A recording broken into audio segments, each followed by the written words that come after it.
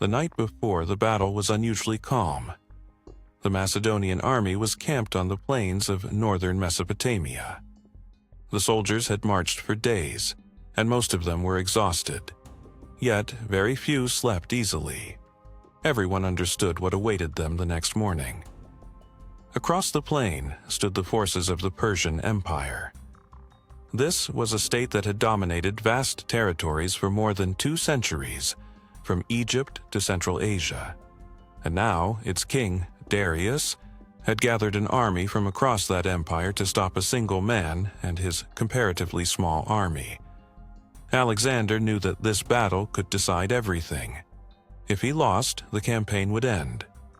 If he won, the road to the heart of the Persian Empire would be open.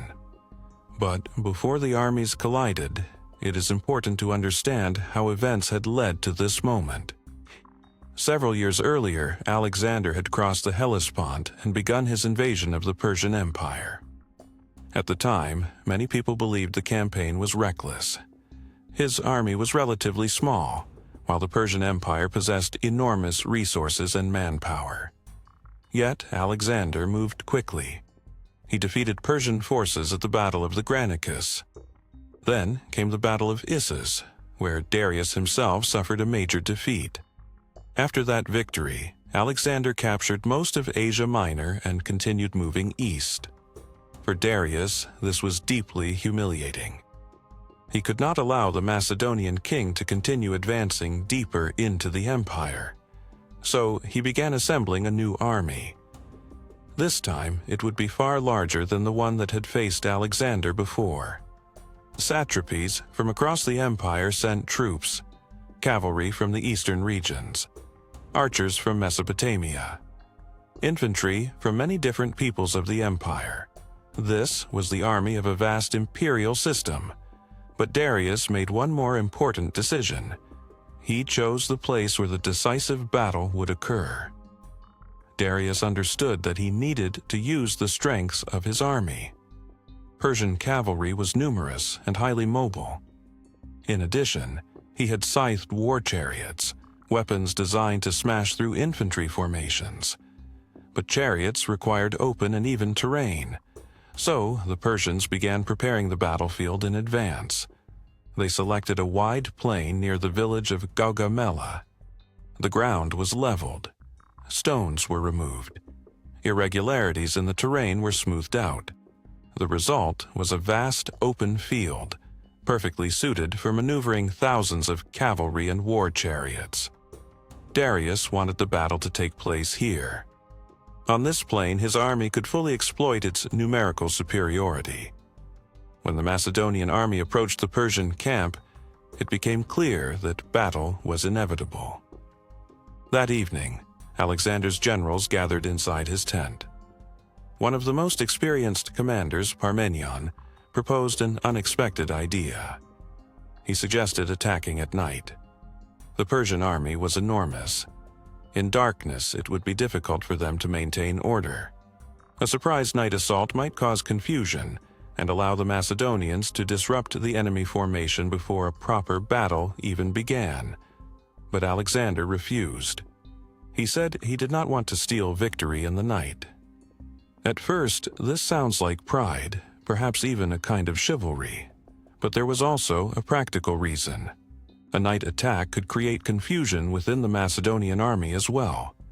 Alexander preferred a controlled battle. He wanted to see the field, and he wanted his army to operate with discipline and precision. The next morning, both armies began to form their lines. The Persian formation was enormous. It stretched across the plain for several kilometers. At the center stood Darius himself, surrounded by his royal guard. In front of the line were the war chariots. Their role was to break the formation of the Macedonian infantry. Along the wings stood large formations of cavalry. The Macedonian army looked very different. It was smaller, but far more compact and structured. At the center stood the phalanx. This was heavy infantry armed with long sarissas, forming a dense and extremely stable formation in frontal combat. On the flanks stood the cavalry. The left wing was commanded by Parmenion. The right wing was led by Alexander himself. This was where the elite companion cavalry was positioned, the most powerful striking force in the army. As the armies began to approach one another, something unexpected happened. Alexander did not advance directly toward the Persian line. Instead, he began moving to the right. His army marched parallel to the Persian formation, slowly, carefully, toward open ground. From a distance, it looked strange. It almost appeared as if the Macedonians were trying to avoid battle. But Darius could not allow Alexander to leave the prepared battlefield. If the Macedonian army moved beyond the cleared plain, the Persian chariots would lose their advantage. So Darius ordered his army to move as well. The enormous Persian line began shifting sideways, and this was exactly what Alexander wanted. When a small army changes direction, the maneuver is relatively simple. But when an enormous army begins to move across a wide front, coordination becomes difficult. Different units move at different speeds. Commanders struggle to maintain alignment. Distances between formations begin to grow. Gradually, the Persian line started to stretch. Small gaps began appearing between units. At first, these gaps were subtle, almost invisible. But Alexander was watching carefully. He was waiting for exactly this moment. When the opening became large enough, Alexander gave the signal. The companion cavalry reorganized into a wedge formation. This formation was designed for breakthrough. Instead of attacking along the entire enemy line, they concentrated their force at a single point. They charged directly into the gap between Persian units. The attack was fast and precise. The Macedonian cavalry broke through the line and pushed toward the center, toward Darius.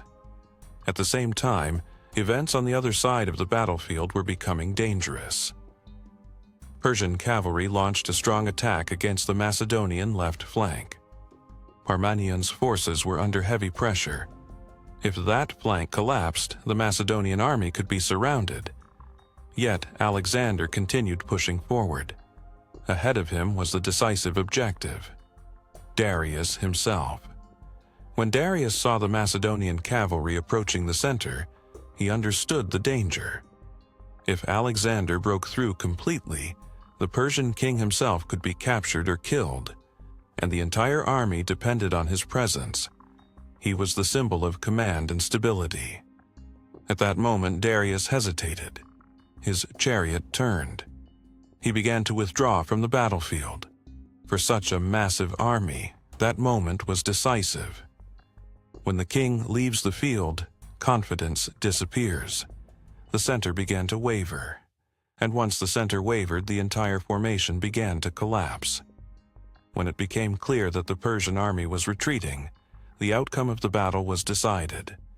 Alexander could have continued pursuing Darius. But he received a message from Parmenion. The Macedonian left wing was still under pressure, so Alexander turned back to stabilize the line and support his forces. By that time, however, the Persian army was already losing cohesion. When word spread that Darius had fled, resistance weakened rapidly. After Gaugamela, the road to the center of the Persian Empire was open. Babylon surrendered without resistance, then Susa, then Persepolis. The Achaemenid Empire, which had ruled for more than 200 years, effectively ceased to be the dominant power of the region. Alexander became its new ruler. Gaugamela is often remembered as an example of a smaller army defeating a larger one. But numbers alone do not explain the outcome. Alexander did not try to overpower the Persians directly. Instead, he forced the larger army to move, to stretch its formation, to lose structural cohesion, and then he struck the single weak point that appeared. It was a victory of maneuver, a victory of strategic calculation, and one of the most famous examples of how a single decision by a commander can change the course of history.